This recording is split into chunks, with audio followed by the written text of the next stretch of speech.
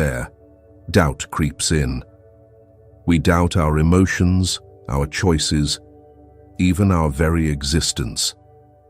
Carl Jung once said that modern humanity no longer faces a crisis of religion or morality, but a crisis of identity, where we lose connection with our true self, the self.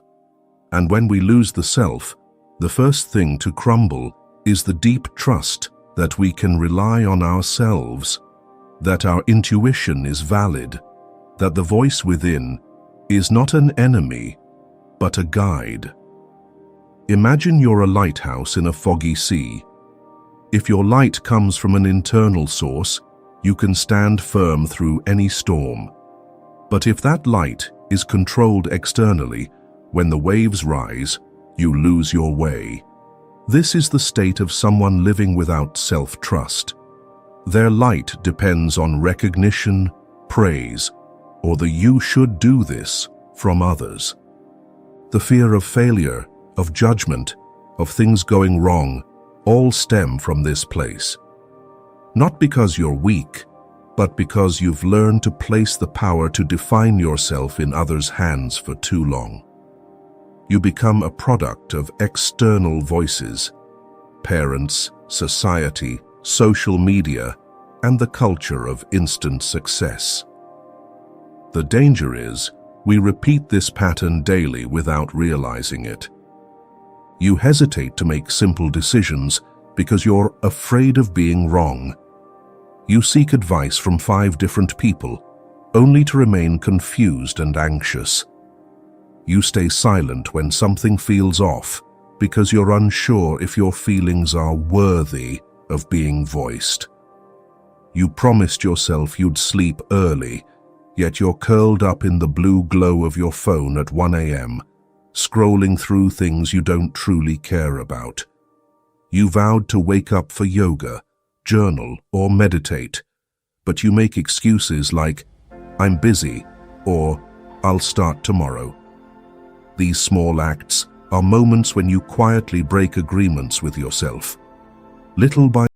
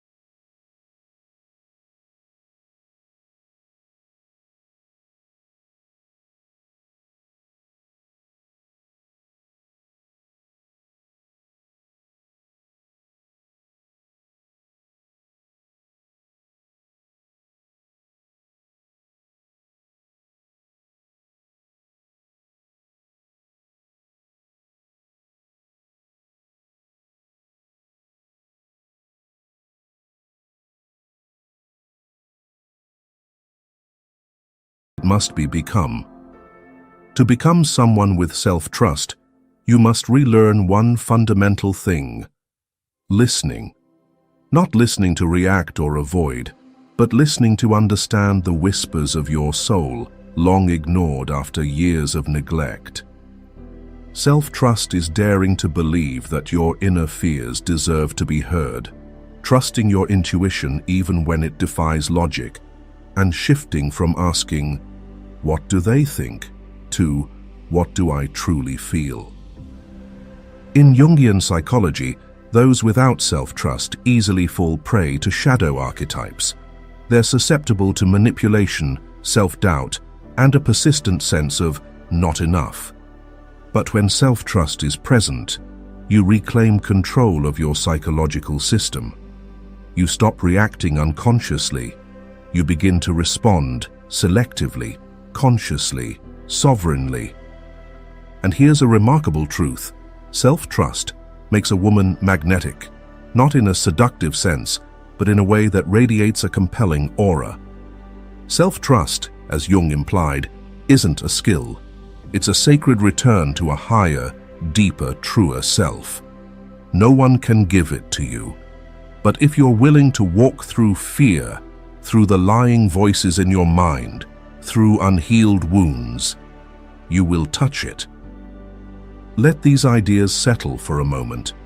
No need to rush to believe or deny them. Just let them linger within you like a seed, and see what begins to stir from within. And when self-trust begins to awaken, even with a single nod to your true emotions or a step back from old expectations, you'll uncover an undeniable truth. Within every woman coexist two energies. One is the gentle yet fierce call of the authentic self. The other is the bleeding whisper of unhealed wounds. The question isn't whether you're feminine, it's whether you're living from the goddess within or being led by your cracks. Number 2. The distinction. The woman in goddess energy versus the woman in wound energy. Two types of feminine energy coexist within every woman. One nurtures and radiates. The other bleeds in silence. One draws you closer to your true self. The other keeps you trapped in a defensive mask. Carl Jung didn't call them feminine energy, but his theory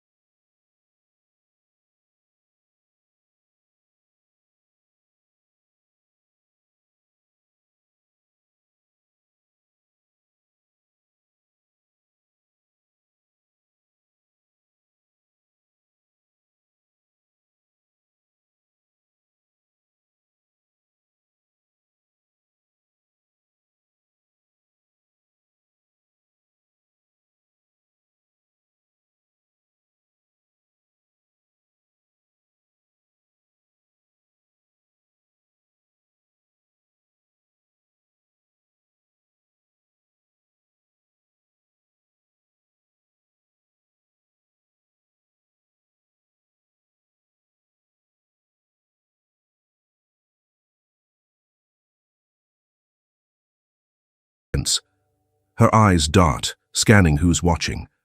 Her laugh is a bit loud, as if craving notice. You may not name the feeling, but you sense it. One is present, the other is performing. A woman in goddess energy doesn't control the situation, she feels it. She doesn't try to lead others, but her presence makes them slow down. In Jungian terms, she has begun the individuation process, the reunion of ego and self, light and shadow. She's no longer a victim of archetypes, but lives with them consciously. Conversely, A woman in wound energy is often hijacked by unintegrated archetypes, perhaps the shadow, causing her to overreact to what she hates in others because it's what she can't accept in herself. Or an immature anima, trapping her in fantasies of a savior-like love, seeking a partner as a psychological rescuer. These women often repeat patterns, loving the wrong people, overworking, feeling easily hurt, yet always blaming themselves for being too weak. But that's not the truth. They're simply living from their wounds instead of their self. In Christianity, the Virgin Mary is a profound archetype of a woman in goddess energy. She holds no political power, doesn't use words to influence, yet her presence radiates inner strength. Mary embodies acceptance, absolute trust in divine will, listening to the angel without panic or resistance, and embracing her mission with quiet resolve. Compare this to Eve, the first woman, who is also worth contemplating. Eve isn't bad, but she's a classic symbol of a woman led by wound and unconscious desire. She listens to the serpent, a timeless symbol of the unintegrated unconscious, acting not from conscious choice, but from an unclear complex of power, curiosity, and a desire to transcend limits. That act leads her and humanity into a state of fall, as Jung explained. When the shadow is denied, it controls you from within. If you've ever noticed yourself acting not because you want to, but because you fear being left behind, pause. Write that moment down, in words, thoughts, or a comment below, as a marker for the journey of choosing to live from yourself, not your wounds. The most important thing is, no one is born in a goddess state. No one is perfect, always present, always radiating positive energy. Everyone has wounds, shadows. The difference lies in your choice. Jung said, "The sole purpose of human existence is to kindle a light in the darkness of mere being." A woman in goddess energy doesn't deny her darkness. She embraces it, understands it, and transforms it into strength. She doesn't need to prove she loves herself because she treats herself like the person she loves most. From the way she speaks to herself each morning to the way she doesn't blame herself for feeling tired. From the way she sets clear boundaries to the way she doesn't abandon herself just because others do. Number 3. Jungian psychology on confidence. If goddess energy is the state of a woman who has transcended her wounds, then confidence is the light reflected from that journey. In Carl Jung's perspective, confidence isn't the hollow repetition of positive affirmations, a straightened posture, or a calculated smile. It is the inevitable outcome of a soul that has found its center. It isn't forged, it is awakened from within.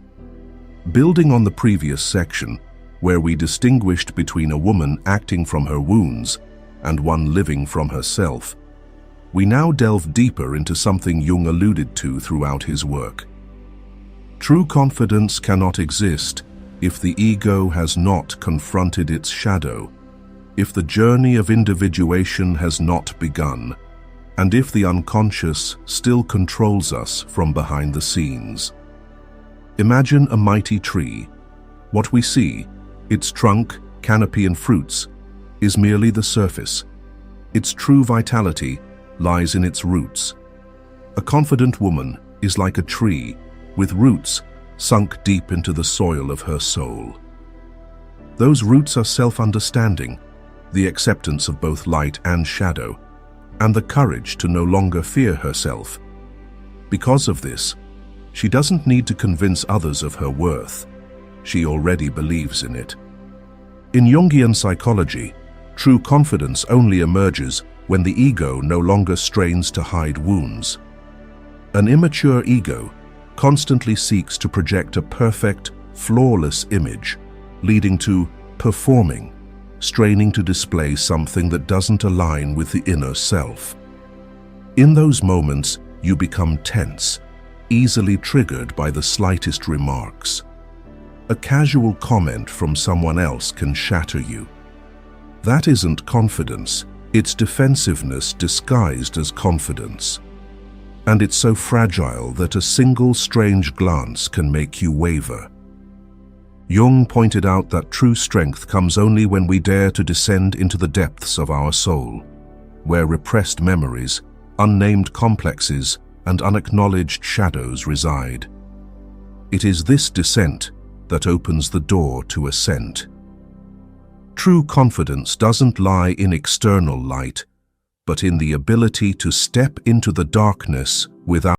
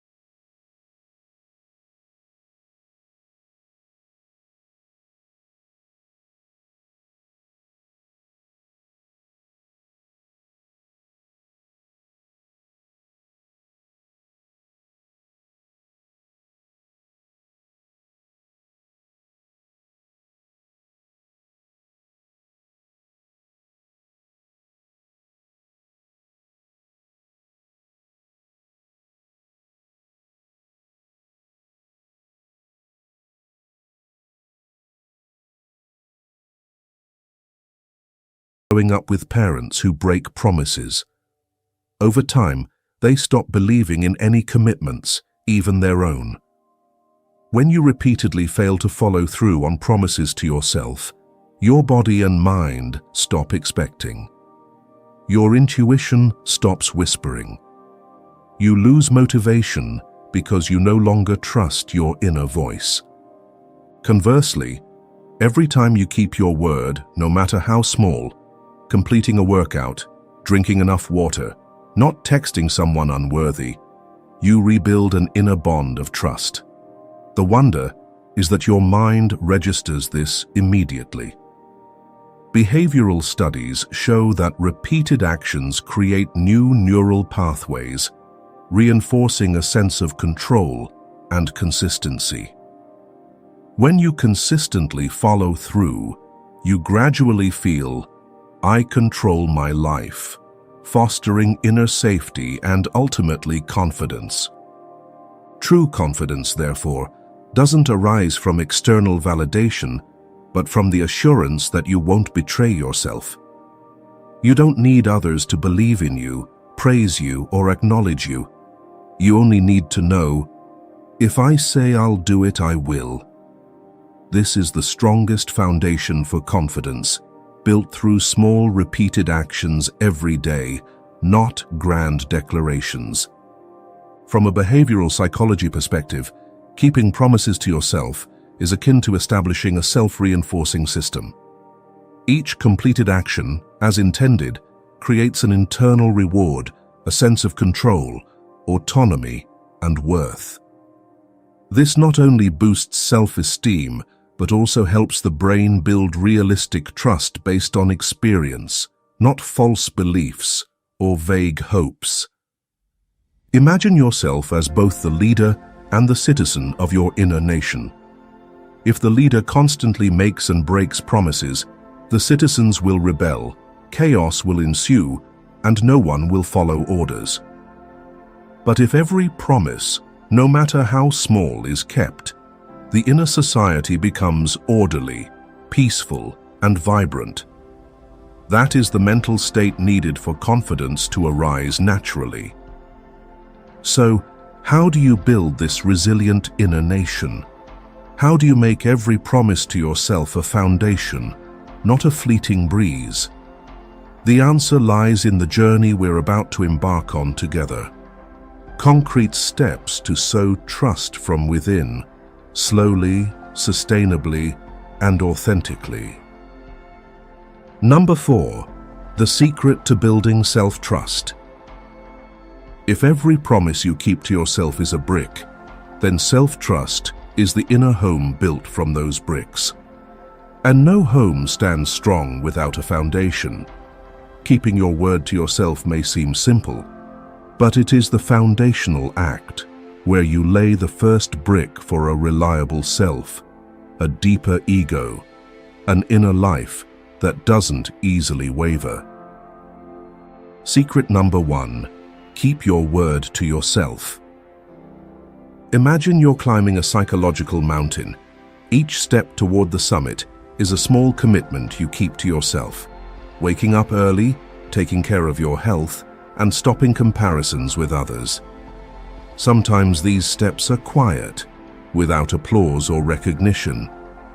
But it's this silent repetition that builds a sturdy path you can walk tomorrow without trembling. Keeping your word to yourself doesn't just create discipline, it creates identity. In the depths of psychoanalysis, particularly in Jung's framework, keeping your word to yourself is a way to build a bridge between the unconscious and the conscious. Each fulfilled promise doesn't just make you better, it opens a door connecting the acting ego to the deeper soul yearning to live authentically. This isn't a one-way process. Keeping your word sends a signal to the unconscious that you're ready. And the unconscious, with its ancient wisdom, responds with clarity, intuition, and a sense of autonomy no one can grant you from the outside. A woman who longs to become more confident but repeatedly breaks small promises to herself, like sticking to a gym schedule, leaving a toxic relationship, or stopping self-deprecation in front of others, may read books on confidence, watch videos, and take diligent notes, yet still feel unsteady. That's because all the knowledge she absorbs is like a fleeting breeze if it isn't anchored in real action. The confidence she seeks isn't hidden far away. It's waiting in the first promise she makes and follows through to completion. So where do you start? Not with grand promises, but with small, consistent actions. Below is a specific exercise to build the foundation of self-trust daily. First exercise: choose 3 simple promises to yourself for the next 7 days. They must be small, specific, and measurable. For example, if you usually wake up late at 8 a.m., don't set an unrealistic goal of 5:30 a.m. Start with small, manageable changes, like waking up at 7 a.m. 5 days a week, or journaling for 5 minutes each evening, or avoid social media after 10 p.m. Write these promises on paper and place them where you'll see them daily. This turns vague intentions into concrete commitments to your unconscious.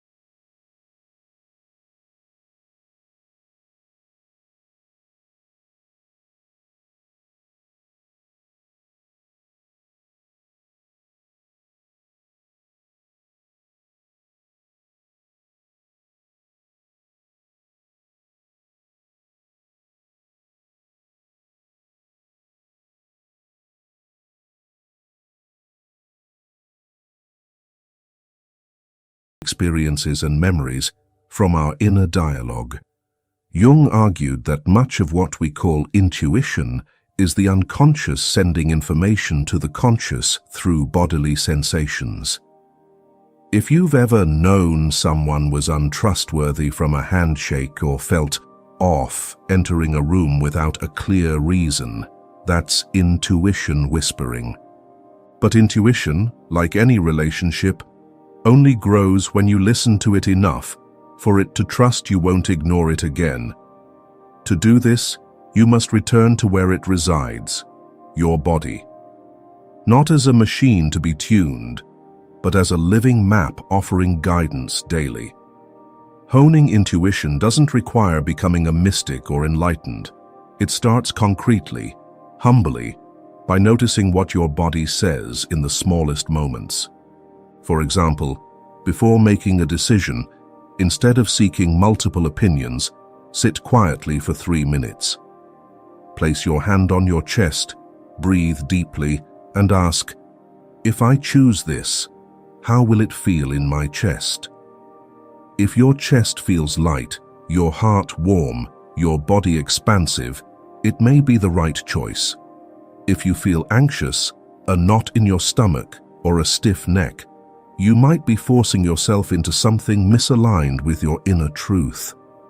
These aren't random physiological responses.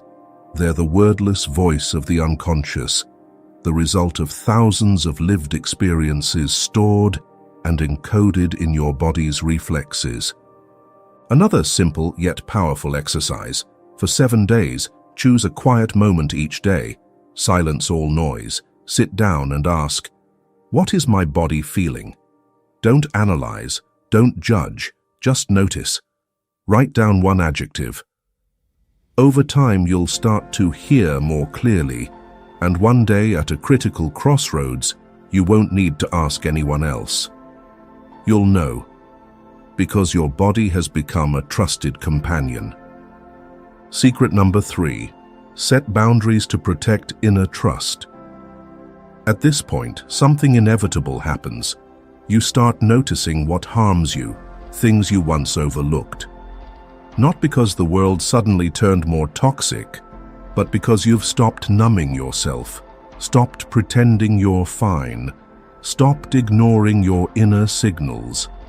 And at that moment, you need something essential to protect this awakening. Boundaries.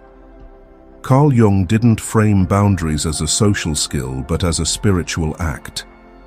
In his language, every interaction with the external world reflects your inner relationship. When you allow others to repeatedly invade, belittle, or hurt you, it's not just a matter of weakness. It's a clear sign that your inner self-worth is wavering. And when boundaries erode, self-trust collapses. How can you trust someone who doesn't protect themselves, even if that someone is you? Imagine you're the gatekeeper of a sacred temple. Inside that temple are your intuition, clarity, identity, and dreams. If you let anyone enter, create chaos, bring manipulative or draining energy, you're desecrating that sacred space. Setting boundaries isn't about opposing others. It's about preserving the inner ground you've worked so hard to build. In psychology, particularly in trauma-related therapies, a lack of personal boundaries is a common consequence for those who experienced self-worth wounds in childhood. They grew up in environments where boundaries were violated, over-controlled, their emotions disregarded, or forced to please others to be loved. As adults, they repeat this pattern, yielding, diminishing themselves, staying silent, enduring, as if it's the only way to survive. So how do you begin? Below is a specific practical exercise to practice personal boundaries daily. Step 1. Identify 3 recent situations that left you feeling drained, uncomfortable, or depleted. Write them down specifically. Who was it? Where? How did I feel? What did I do or not do? This helps you pinpoint energy leaks, where your boundaries are being breached. Step 2. Starting tomorrow, practice a mini boundary in a small situation. Decline a call when you're exhausted. Don't reply to a message instantly when you need space, or simply mute work group chat notifications when you're low on energy. Observe your body. You may feel anxious at first, but if you push through, a new surge of energy will rise within. Step 3. Each evening, write down one action you took to protect your boundaries that day. It doesn't matter if it's big or small, just acknowledge it.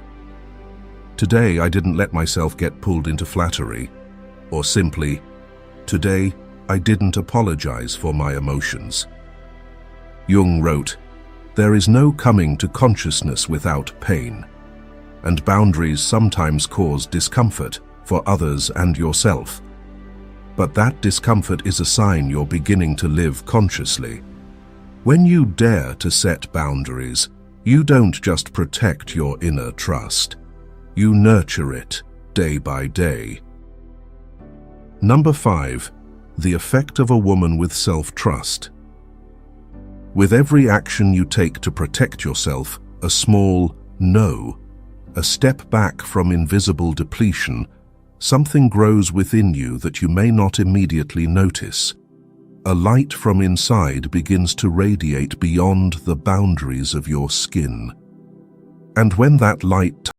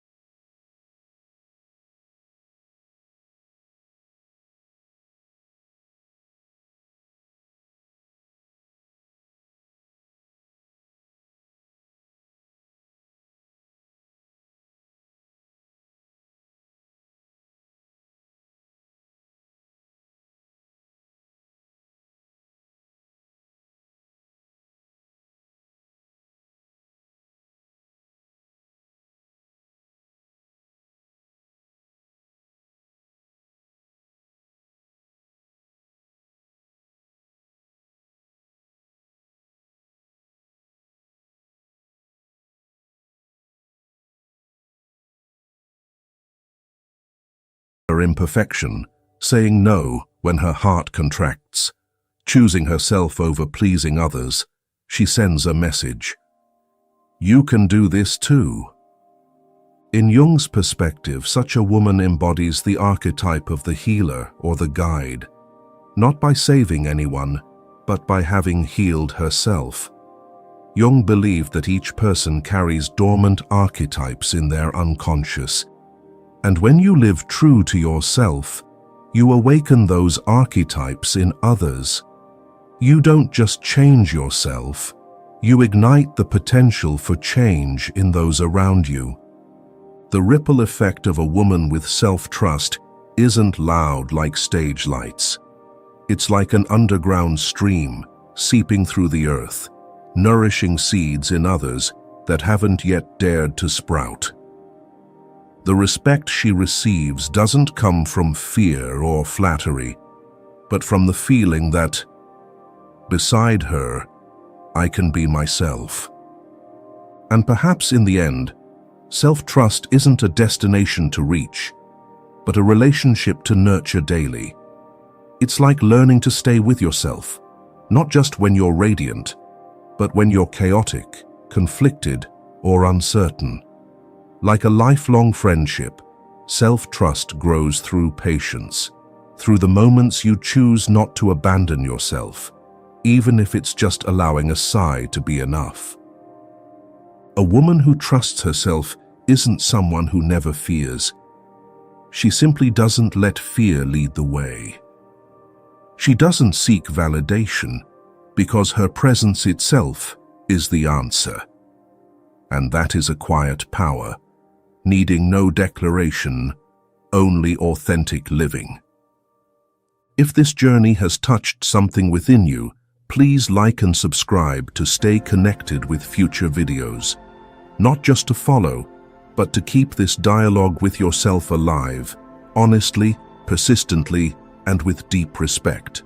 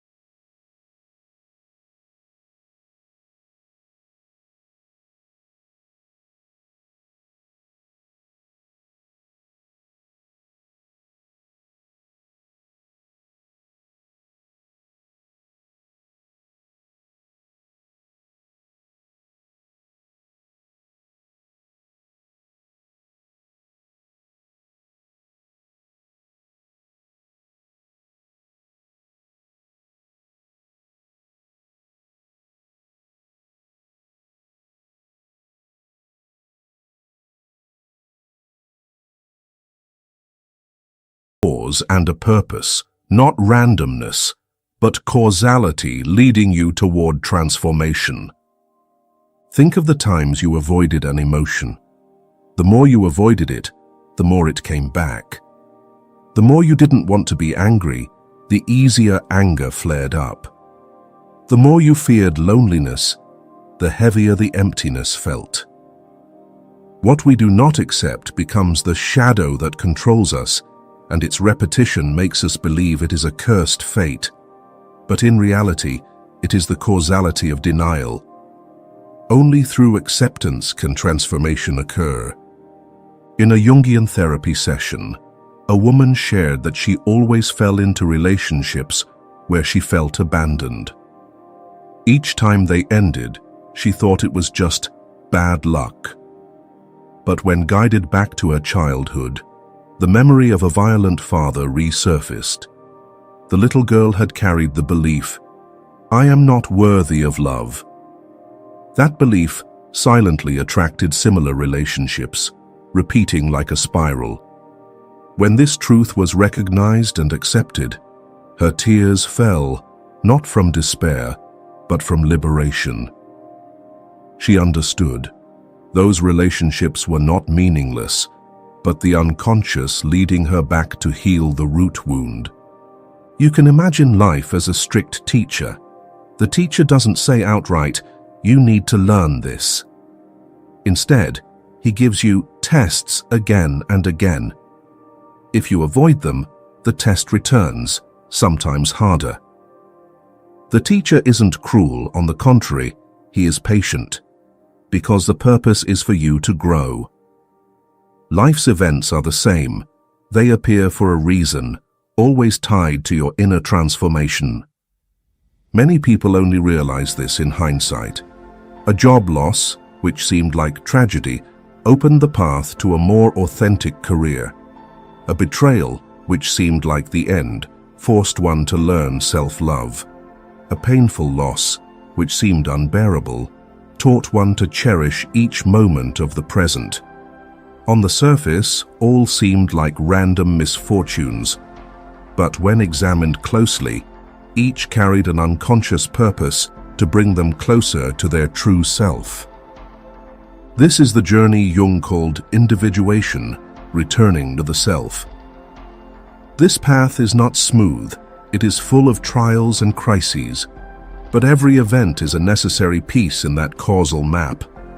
No tear falls without meaning, no failure arises without a lesson hidden within. The problem is, we often resist instead of accept. We want to erase pain, forget memories, conceal emotions.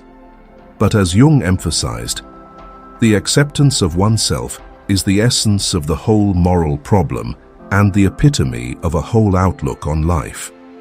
When we accept, we are no longer controlled. When we accept, repressed energy is released. And when we accept, events become material for transformation. This acceptance is the turning point, from victim to student of life. That is why some people emerge from crises stronger and wiser.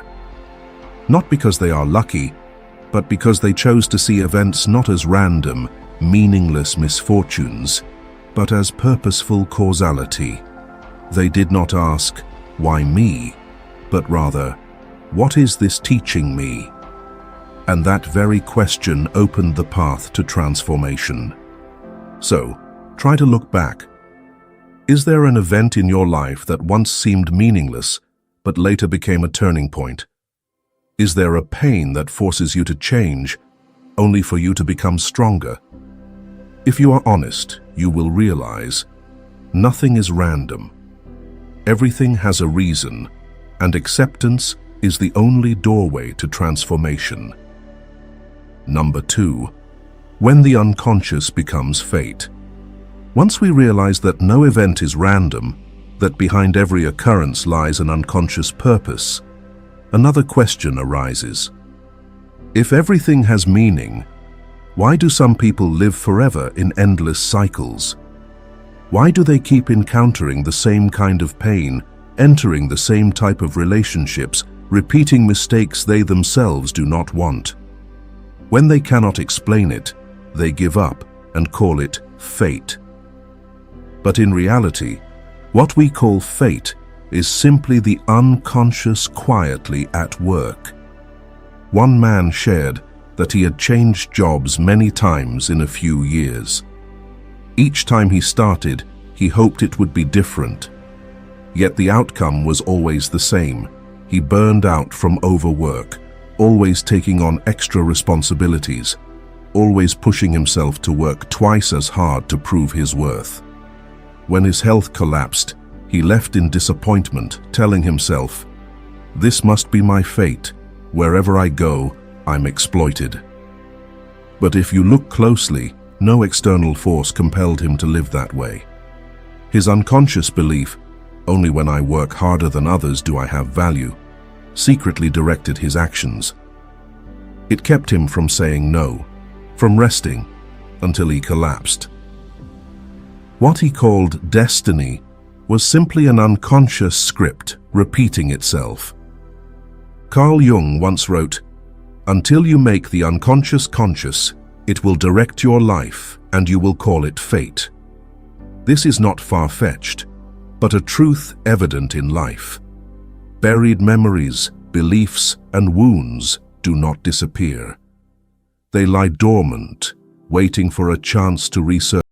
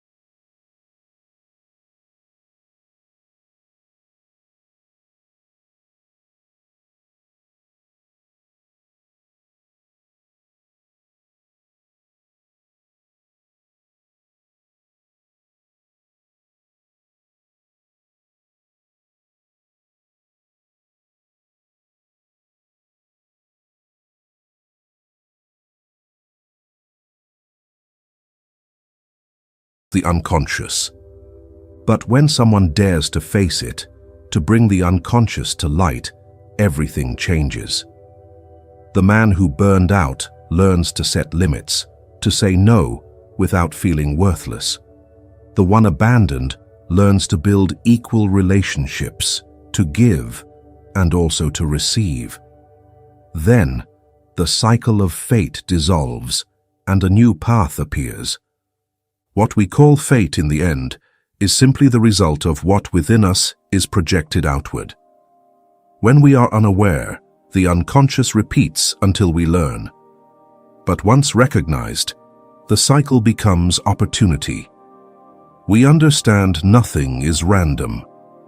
Every situation, every person who appears in our lives reflects a part of our soul that needs to be seen. From that moment on, we are no longer victims of fate, but become active participants in the causal journey of our own life. Have you ever fallen into a life cycle that only later you understood the real reason for? Share your story in the comments. Perhaps your story will also become a mirror for someone else to see themselves. Number 3. Every wound has a reason. As we begin to realize that fate is really the unconscious left unacknowledged, another question arises. What about the pains, the deep wounds of our lives? Why do loss, betrayal, and collapse exist? Do they hold meaning, or are they simply cruel punishments of life? The answer, as Jung once wrote, is simple yet profound. There is no coming to consciousness without pain. This means wounds are not punishments, but the soul's calling. We often live on autopilot when life is smooth, but when upheaval strikes, when a crack opens, we are forced to stop and listen. Pain is the strong push that drives us inward to face what we have long buried. Think of the immortal image of the phoenix. The bird cannot be reborn without passing through consuming flames. From ashes, it rises more radiant, stronger. Humans are the same. The fires of suffering burn away illusions, old beliefs, and outdated roles, so that we may live anew, more truthfully. Without pain, there is no rebirth. A woman in her 50s once shared that her deepest pain did not come from career or marriage, but from her son. After years of devoted care, she believed mother-child love was unbreakable. Yet when her grown son cut ties, due to accumulated misunderstandings, she fell into bitter failure, as if her existence had lost meaning.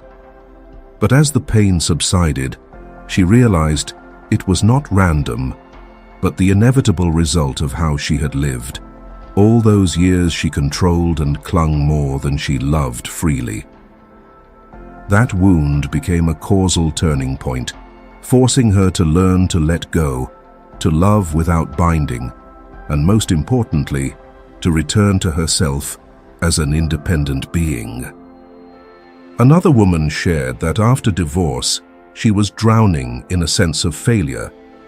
But gradually, as she learned to care for herself, to listen to herself, she discovered long-suppressed strength.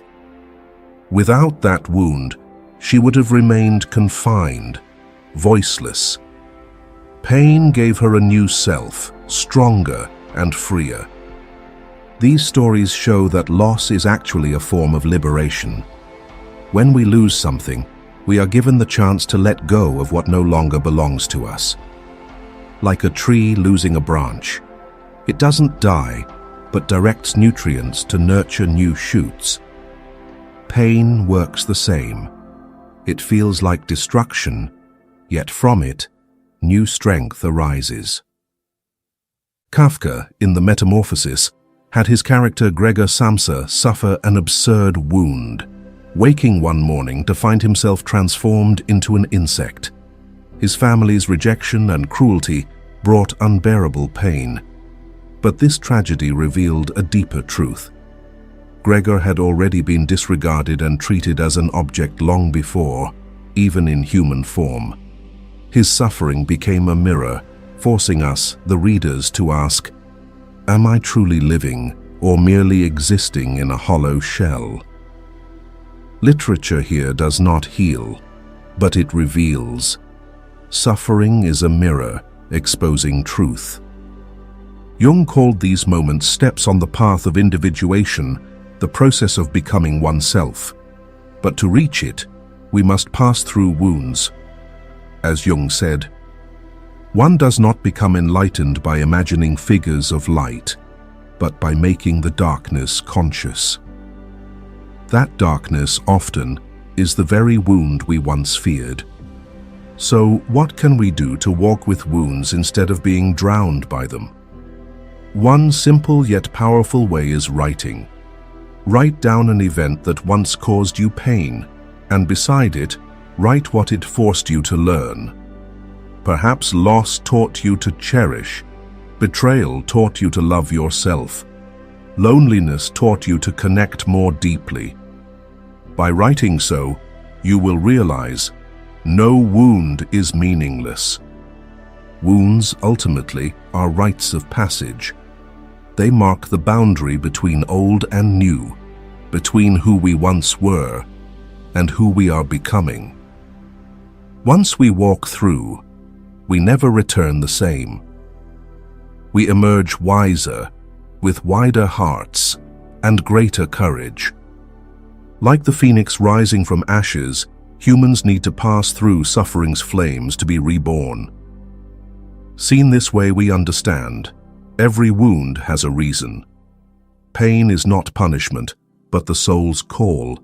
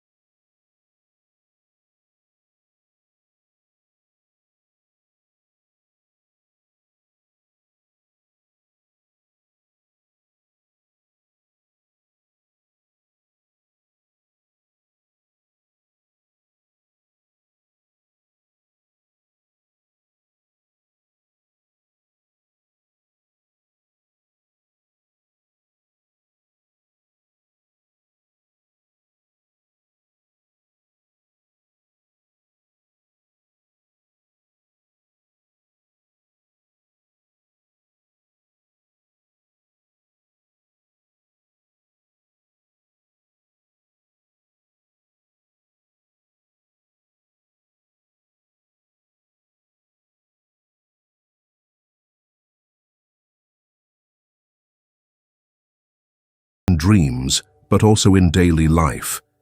In a painting you can't stop gazing at, in a story you overhear, in a small detail that stirs deep emotion. For Jung, this is the secret language of the soul. He also spoke of archetypes, universal images rooted in the collective unconscious. Thus, everywhere, snakes symbolize transformation, mothers symbolize nurturing, heroes symbolize the journey of overcoming trials. When an archetype appears in a dream, it is not just personal, but a collective force awakening. Someone once wrote to a channel saying they dreamt of facing a giant dragon. At first, the dream terrified them awake, drenched in sweat. But reflecting, they realized the dragon was not fantasy, but a symbol of the fear restraining them in waking life, preventing them from leaving their comfort zone to start a project they longed for. As in countless legends, to find treasure, the hero must face the dragon. The dream became a powerful reminder, synchronicity between personal unconscious and collective archetype, pushing them to confront themselves and bravely step forward. In real life, many have experienced synchronicity. Someone lost among life's choices suddenly encounters a sign, a phrase overheard, or an image stumbled upon that clarifies their heart. Someone drowning in grief stumbles upon a line of text, as if written just to comfort them. These moments cannot be logically explained, but for the experiencer, they feel like the universe nodding, as though an invisible order is walking alongside them. Jung did not see synchronicity as magic. He believed it is how the universe responds to our inner needs. When the question is urgent enough, the signal appears. Our task is not to prove it, but to listen and interpret. To read this subtle language, first, we need presence. When living too hurriedly, we miss the small yet meaningful signals. Only by stopping, observing, and listening can we hear the unconscious whispering through seemingly random details.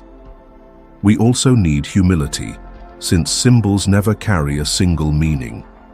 They are doors with many layers, opening to different messages depending on one's journey. And above all, we need a deep trust that life has an order beyond sight.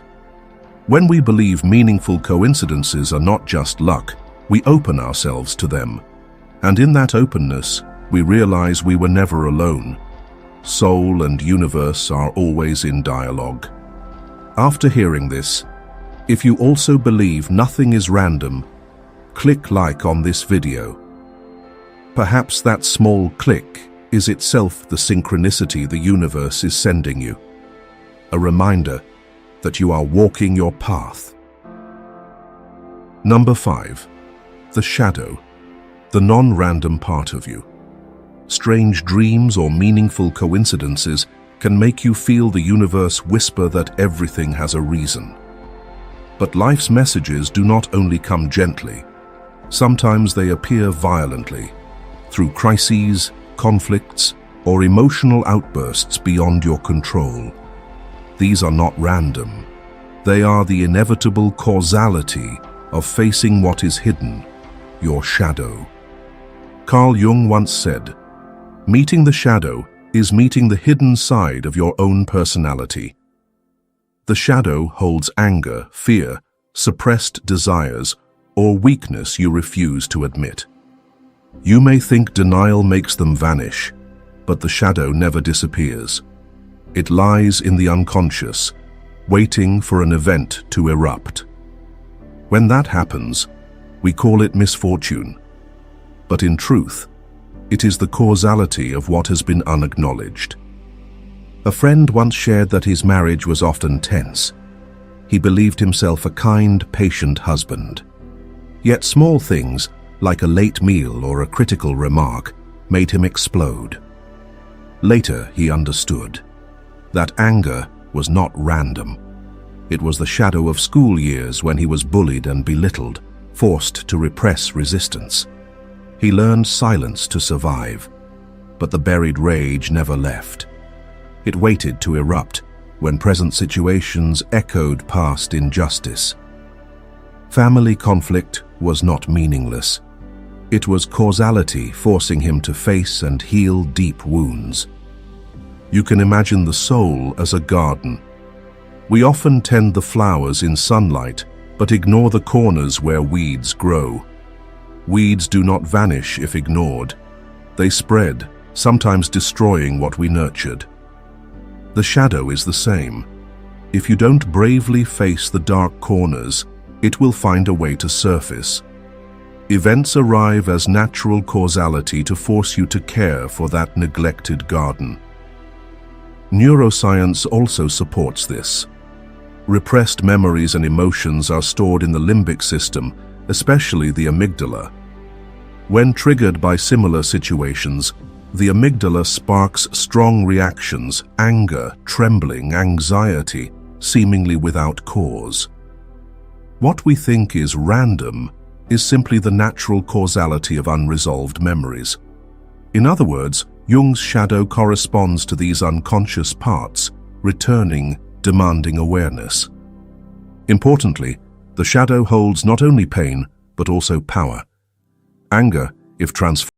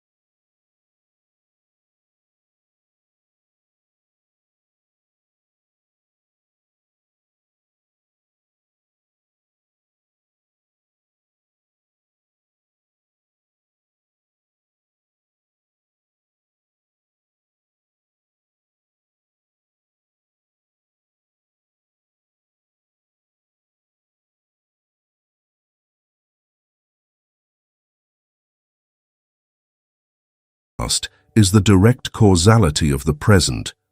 Carl Jung emphasized, "The child is the father of the man," not in biology, but in psychology. The adult you is shaped by the child you once were.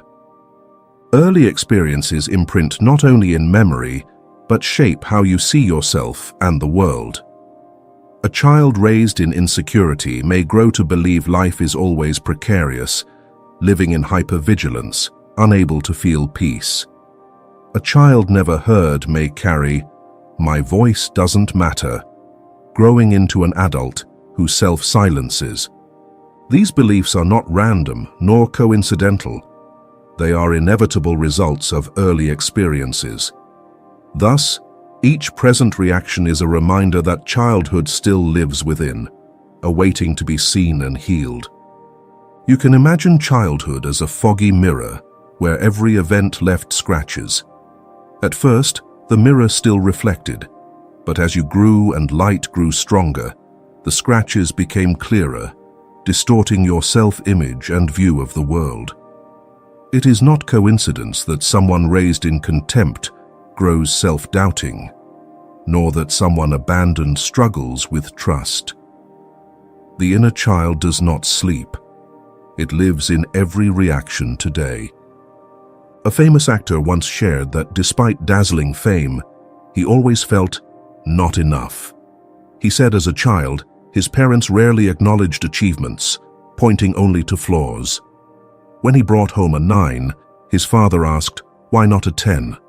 That hunger for recognition carved into his unconscious, later becoming an addiction to success.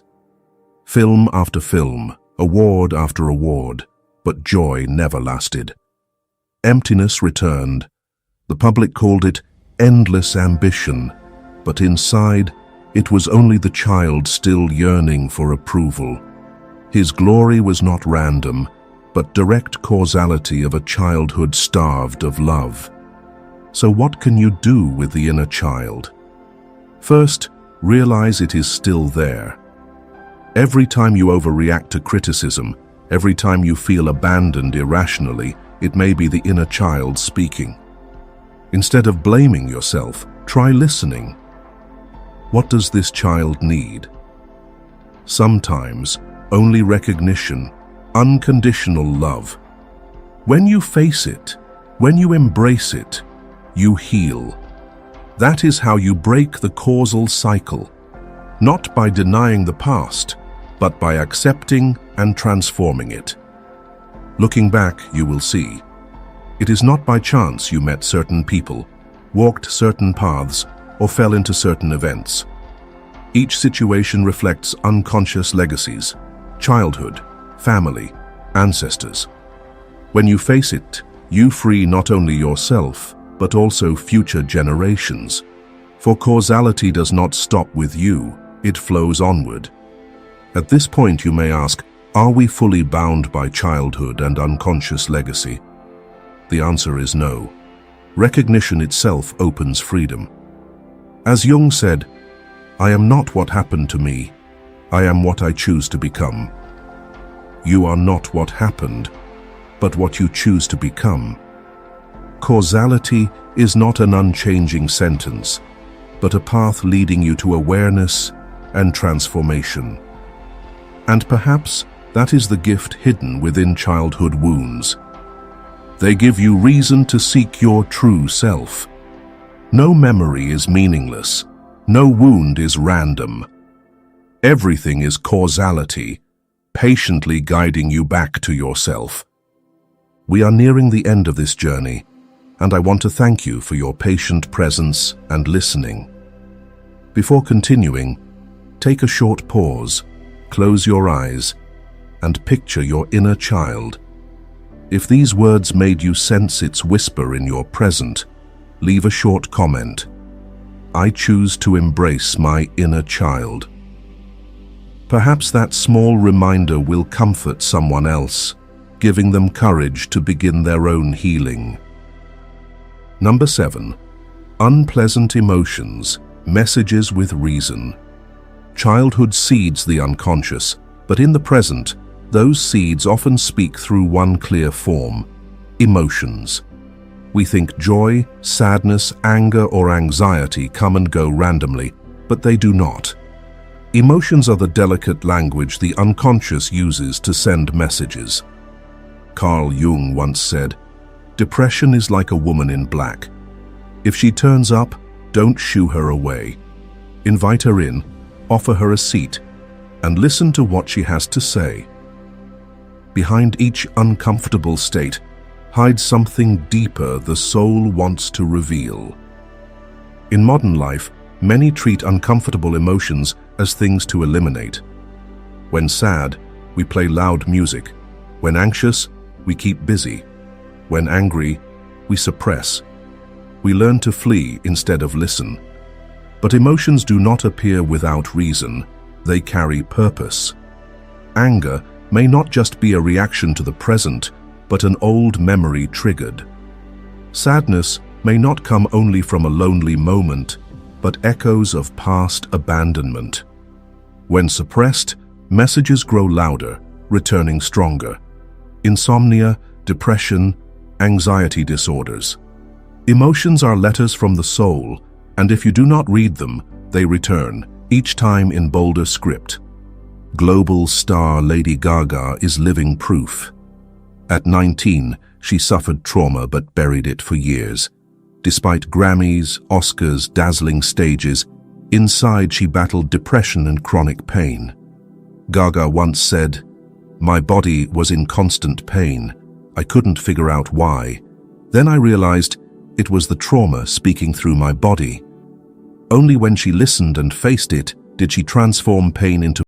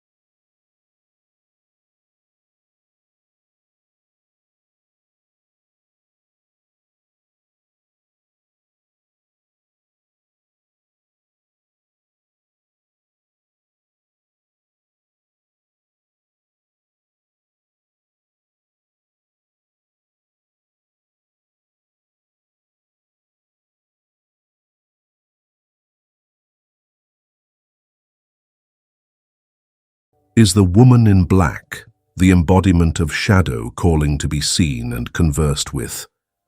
Instead of asking, "How do I stop being angry, sad, anxious?" you can ask, "What is this emotion here to teach me?" That simple shift opens a great door. Because once you understand that no emotion comes randomly, you see even the heaviest moments carry reason, a hidden gift. And from that moment, emotions are no longer burdens to escape, but patient teachers, guiding you step by step toward maturity and transformation. Life, looked at closely, is like a finely crafted mosaic. Each piece, whether bright or dark, has its role in completing the picture. No detail is wasted, no event comes and goes in vain. If you have ever asked, "Why is this happening to me?" the answer may not lie in randomness. It lies in causality, in how the unconscious, memory, and universe interweave to bring you closer to your true self. That is why you need not fear or eliminate unexpected events. For when you see that everything has reason, life no longer looks chaotic, but always carries a hidden order beneath. And anyone who lives with that perspective radiates a special peace. A peace unforgettable to others. If this video made you see life differently, that behind every event lies a reason, a message just for you, share it to spread this awakening. And don't forget to subscribe to walk with us in the next journey. One, not to find a perfect destiny, but to realize that even in upheaval, you are still walking rightly on the path meant just for you.